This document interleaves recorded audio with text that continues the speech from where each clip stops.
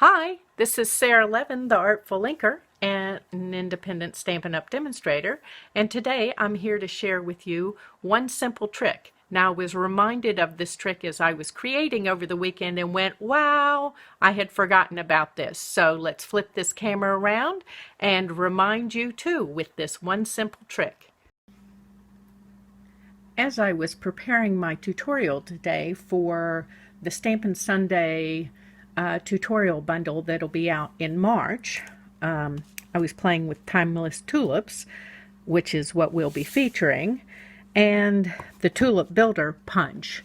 And I made a mistake and quickly went aha, and I want to share my remembered aha moment with you. So before you stamp, take a piece of cardstock and punch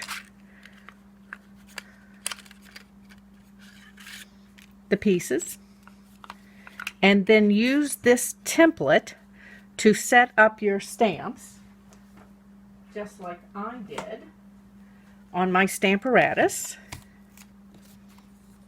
You'll see that when I put this in the corner, my stamps fit this exactly.